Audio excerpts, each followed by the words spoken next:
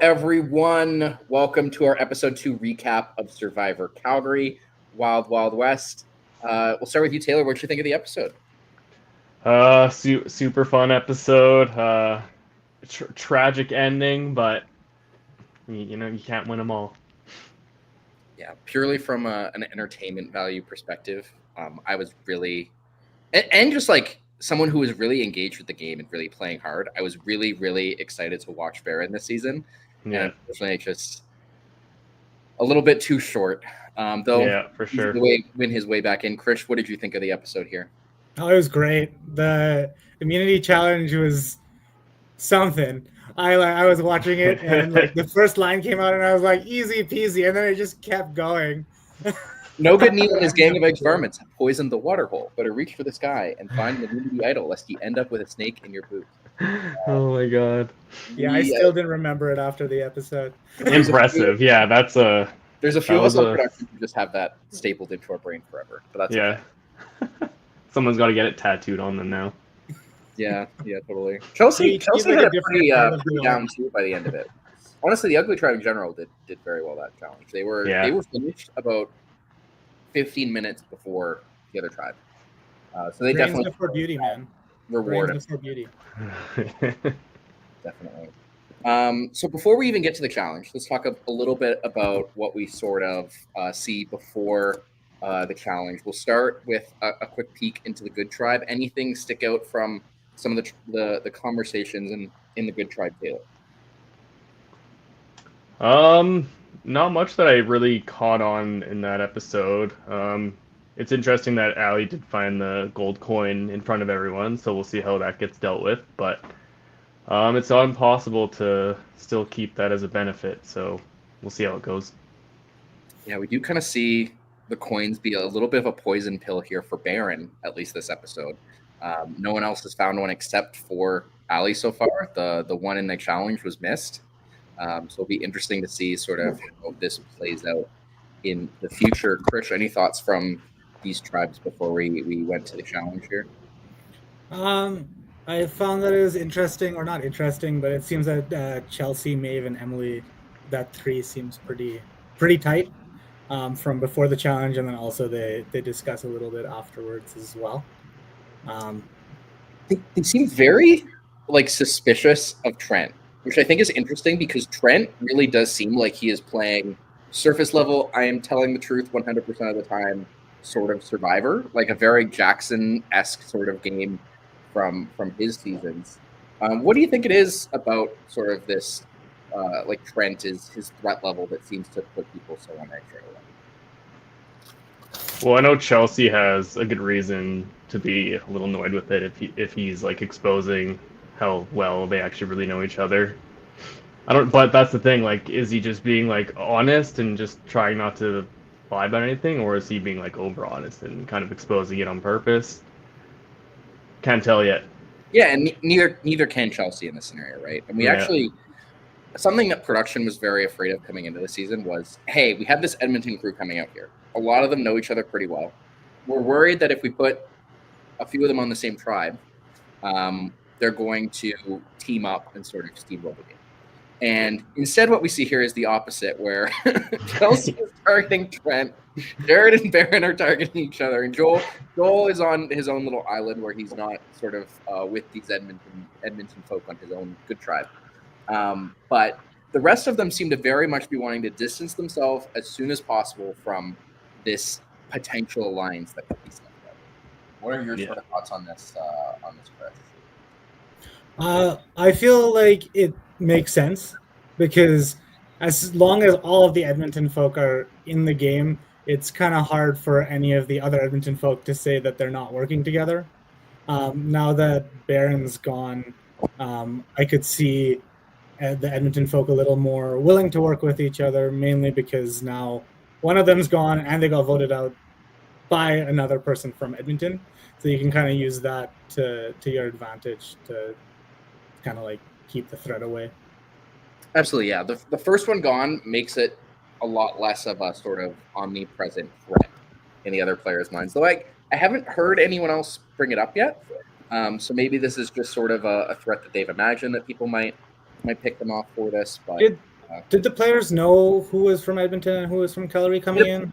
They had a pretty good idea, I think, especially after like some talk on day 0. People knew that like Joe and Trent knew each other, that Jared and Chelsea were roommates. Like all of this sort of interconnectivity was a thing. So this was something that was known to the players. But I mean, you saw Taylor and Cam in All Stars.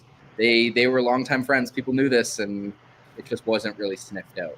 That's what I'm relating to. It's like you do overthink those things, right? So like the only people we've heard talk about it are the Edmonton people, which is funny. So, Totally. But like you said, it's floating around there, so we will see. We do see as we sort of get past this challenge, we see sort of an interesting dynamic in this bad tribe where we see sort of 2 pairs almost form with Saphir and Alora, which I'm going to name at this point in time the Joint Alliance. And then we see Jared and Charla, who seem to sort of come together as these underdogs in the tribe as well. What are your sort of thoughts on both these duos, Taylor? They make sense, first of all. Like it just wasn't surprising when it happened. I like both the duos though, so it's gonna suck to eventually watch them go against each other. I guess if we watch them go against each other, there's a chance they make it to a swap or a merge or something. Definitely. I think based on the way sort of tribal dynamics we're pushing, I think, and we'll get a chance to talk to both Baron and Saphir here shortly, but my impression was that Baron was sort of banking on his relationship with the Joint Alliance that I was talking about, Saphir and Alora. And we see them sort of weighing the pros and cons very, very much in a real way of like, hey, I don't know who we should vote out here out of Jared or Baron. Do you think they made the right decision here, Krish? With no other knowledge than watching the first 2 episodes, I would say like it seems like they made the most logical decision for themselves, partly because at the beginning Baron tried to throw Saphir under the bus by giving him the coin. I'm sure that had at least a little bit to do with their reasoning. And then also Baron had Alora's bounty.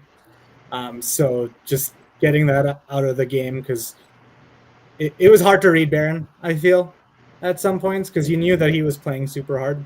And even though he said that, oh yeah, this way we can make sure you're safe, that no matter what, you're going to have some sneaking suspicions that it's not the case. Yeah, that's always going to be a tough sell. Though they have sort of positioned themselves in a way where either one of them has to turn on the other, or they have to convince Jared or Charla to turn on the other if they go back to Tribal Council, or they're risking going to Rocks or Fire Making, which is definitely not the place you want to be at going into your second Tribal Council of the game. Not exactly ideal. I think Charla did mention, though, that Alora came up to her and offered her a final 2, and she was feeling pretty good about that because she thought Saphir and Alora were pretty tight. So that might play into Alora and Saphir's favor versus a deadlock. Definitely, yeah. Jared might still be in trouble on this tribe. Yeah.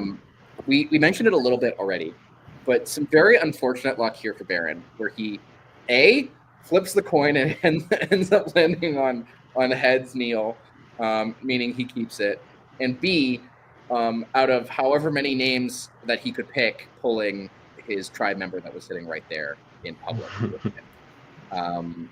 We'll get a chance to talk to him about like the sort of internal politics surrounding that play, but like how, if you're out there in the forest in Whiterest trying to play off what has just happened, how do you do it, Krish?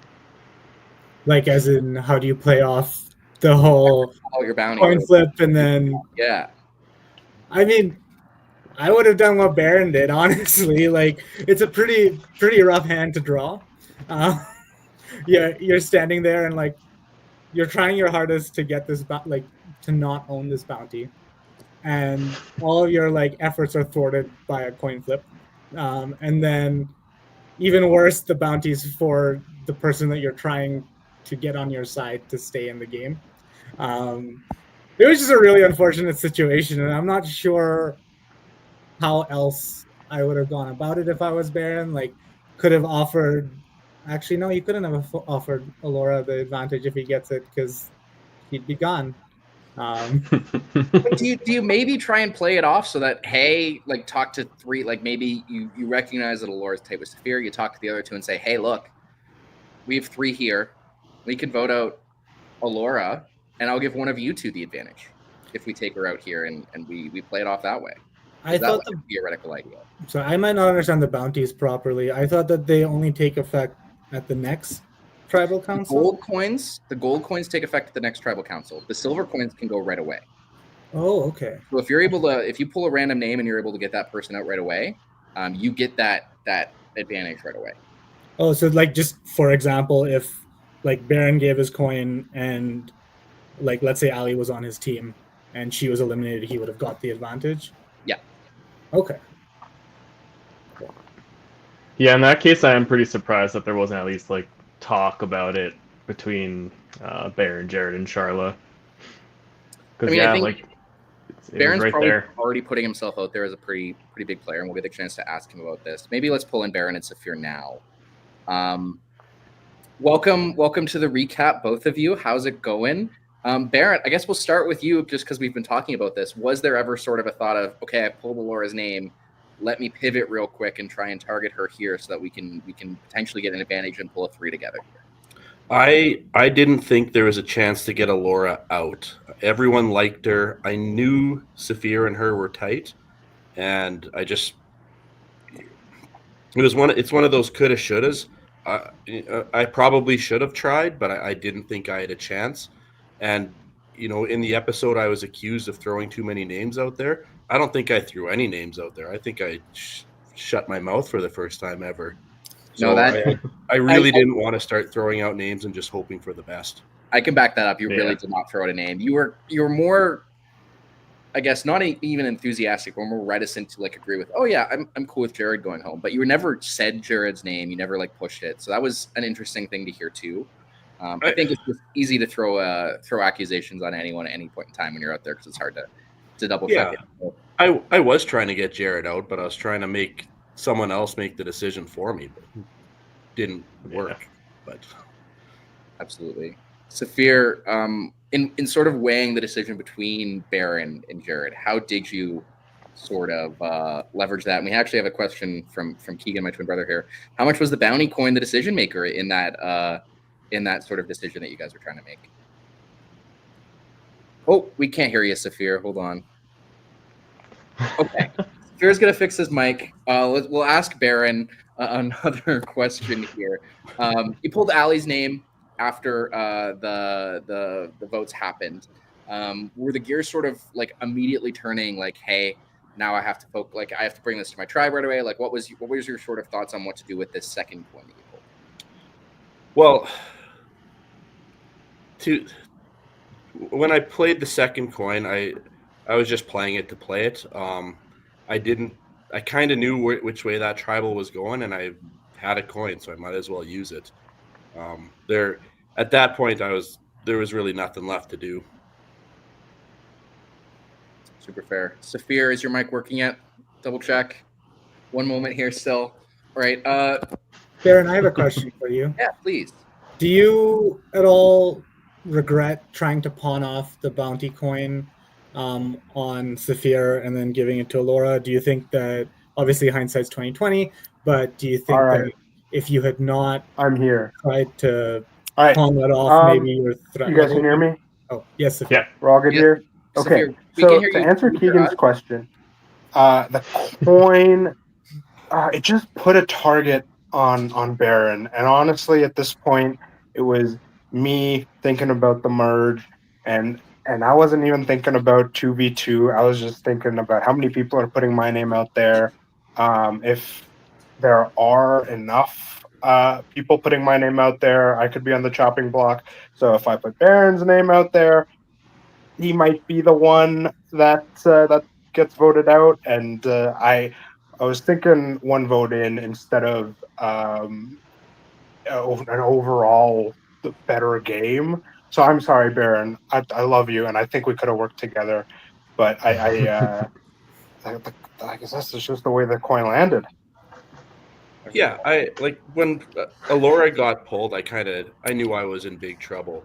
To answer Krish's question, what I should have done was played both or used both coins at the same time. Everyone would have known I had one coin, and if I pulled Alora and Allie, let's say, I could have just said, yeah, look, I have Allie. And when Allie comes off the board, everyone believes that I'm telling the truth. And shocked Pikachu face, Alora is done too. That would have been smarter. But in the moment, I saw this stupid coin in the boot, and I instinctively stick my hand into it. And at that point, I'm committed, and I'm a Russian bear juggling on a unicycle, hoping I could talk my way out of this. But everybody believed you, Baron, when you said that you weren't going to vote Alora out, and everybody just kind of knew it and was just like, "Oh, look, we have a reason now." And it sucks because if I was put in that position, it would just be okay.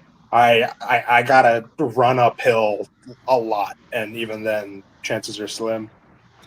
Yeah, I was just hoping I could talk my way out of it and get through one round, and hopefully the tribes swap and everyone just sort of forgets about it. And yeah, just treading water, running uphill. Terrible mixed metaphor, but that was my experience. Maybe you could have done it if you showed up with that beard. It's magnificent. Saphir, you don't have to convince anyone to vote you out. No, I'm just saying it might have changed the game. Saphir, I was really going for the angry dad look there. I put 3 weeks of effort into that mustache. Saphir, I had another question for you. For sure. At Tribal Council, you sort of liberally talk about, it's either Baron because he pulled Alora's bounty, or it's Jared because he screwed up the challenge. And this was sort of news to the Ugly tribe that was watching the Tribal Council. Did you ever sort of think of like, I am now divulging information that I did not need to divulge to one of these other tribes? No, man, I just run my mouth. my mouth just goes. It's part of being on the joint tribe, right? Your brain tells you something, and then your mouth is 2 steps ahead of your brain telling you to shut up. But yeah, I think that maybe I don't see how it could have hurt me unless I made a really tight alliance with Jared. But again, that's just the downside of not thinking 3 steps ahead. Yeah, it's super fair. I mean, I guess theoretically now the Ugly tribe knows that like one of the bad tribe people pulled Ali's name off the board, but like what information does that really give you? It's a little bit tricky to see what you're doing with that. We see some eyes here from Mitch Cassidy in the chat, taking a peek at everything going on. Krish or Taylor, do either of you, we'll start with Krish, have any other questions for Saphir or Baron? Yeah, Saphir, we saw you and Alora chatting some strategy and sharing a joint, but in the video, you were the only one smoking it. Did you pass it back to her? Listen. I knew that we both had to be on our top game for that vote, so I was making sure that she was sharp. Taking one for the team. Proud of you. Exactly. That's what I was doing. Oh my god. I got one for both of you. Saphir, was sitting out of the challenge strategic, or did someone just suggest it and you're like, yeah, let's do it? Yeah, I mean, I heard the thing about hopping on a horse, and I assumed that there was running involved, and that was not my tip-top shape for running. So I was like, maybe I'll suggest it, and if I suggest to sit out, one of 2 things will happen, right? Like I won't mess up the challenge, and I won't run out of breath. And it's a win-win. So both of those things ended up happening. I think I'll confidently say if I was part of that telephone game, our team would have had less of a chance than it did. So that game looked hard. That's so hard. Yeah, watching it 20 minutes in, I was thanking the heavens that I made the decision that I did. So just smart gaming, at the end of the day. Smart gaming. I really wish I sat out that challenge. And then Baron, I know you wanted to go after all the Edmonton people, and it looked like you meant it, which I respect. Did you have like an ideal boot order of the Edmonton people? And if so, can we know it? No, well, Jared first, obviously. Yeah. I will point out that he 100% took my plan there, and it worked for him, so good for Jared. As far as the Edmonton people go, I think my desired boot order would be in levels of hilarity. I just think everything getting funnier and more kind of hurtful would be my ideal. Basically, Jared first, Baron last. Anyway, yeah. Would have worked out perfectly for you. And with Chelsea there, I'm also good friends with Chelsea. I would just like to string her along for as long as possible, and then just rip the cord out from under her. Just for you gotta do what you gotta do. So I got a follow-up question for Baron then. So if you make it through that vote, would you be trying to vote with Charlotte to get me out or Alora out? Would you work with me and Alora? I would have worked with you and Alora. I knew you two were a duo. I didn't think Jared and Charlotte were that close. So my assumption was there would be a swap pretty quick. Getting through our first tribal. I didn't see us going through with 3 tribals together. So I would have worked with you guys just to make it easy, and then go on to do another one. You have a backup plan. Yeah, makes sense. In another universe, it is really interesting to see like all of the what ifs that sort of run through your head after the season ends. Like, okay, I could have done this differently. I could have done that differently. We see Baron, like right away, you're like, oh, I should have just given Alora the coin. Immediately, you're like, okay, this is what I could have done differently, and maybe I would have lived. Is that still sort of like what if you were to go back and change anything, sort of the one thing you change is just making sure Alora grabs that bounty over anything else? No, the one thing I change is I play them both at the same time in secret, so I don't have to pull Alora's card in front of Alora. And that's, I'd probably say a couple fewer things. I would be a little less open on the mic, but I can't help myself. We have as we we'll give you each of you one last thing and leave us here with Malone's comment. Season 20, Edmonton versus Calgary versus Baron. Baron, anything you want to say here before I leave Krish and Taylor here to talk about a few more things? Well, 2 more things, Malone. I'm officially ratired. This will not be rerun. I'm really bad at Survivor. And I don't need to put myself through that again. It wasn't on the show, but I don't know if there is a rule change about how long you could hold a coin, but we were told right before that meeting that I had to play it right away, or we had to play it right away. And just for future things that come up in the show, at no point did I think production was out to get me. I know how hard it is to produce that, and production doesn't have time to actively screw people. Anything I say is just mostly because I think I'm funny and want to hear my own voice. That's it. Some clarification on that too. We did let people know. I think it was after right before maybe the second challenge or right after the first challenge. We're like, oh, by the way, you have to play coins by the next tribal council that you go to once you find them. And I didn't read the change that we had made before we got out there, but had not updated the rule sheet accordingly, and so it had been missed in explaining it to everyone. So it was a little bit tricky. And that's fine because I didn't read the rules, and 2, I didn't listen to Eric when he was explaining the rules. I was chasing butterflies in my head, so and finding coins. Yeah. And Malone, Neil actually was out to get you. We're going to see a lovely relationship bloom between you and No Good Neil. Saphir, anything you want to say here on the way out? I loved how this season started, and I loved the people that we got together, and I think it's going to be a fun one. I think everybody's going to really enjoy it. I'm looking forward to seeing the rest of it.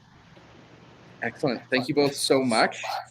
Krish, Taylor, any predictions for where we're going next as we move forward with the season? Taylor, we'll start with you. Oh, goodness. I honestly missed the next time on Survivor clip, so I have no idea. Saw some people with slingshots. We saw Jared walk in front of a coin. We saw Ben walk in front of a coin this episode pretty distinctly. Okay. I don't know if you realize this too, but the phrase in the game was very much like, "Hey, look out for this idol above your head. Look out for this token above your head." I don't think anyone quite caught on to that. Yeah. I don't even blame them though. That phrase was so long to remember. I'm sure it's just tunnel vision, just saying it over and over again. So many parts to overthink.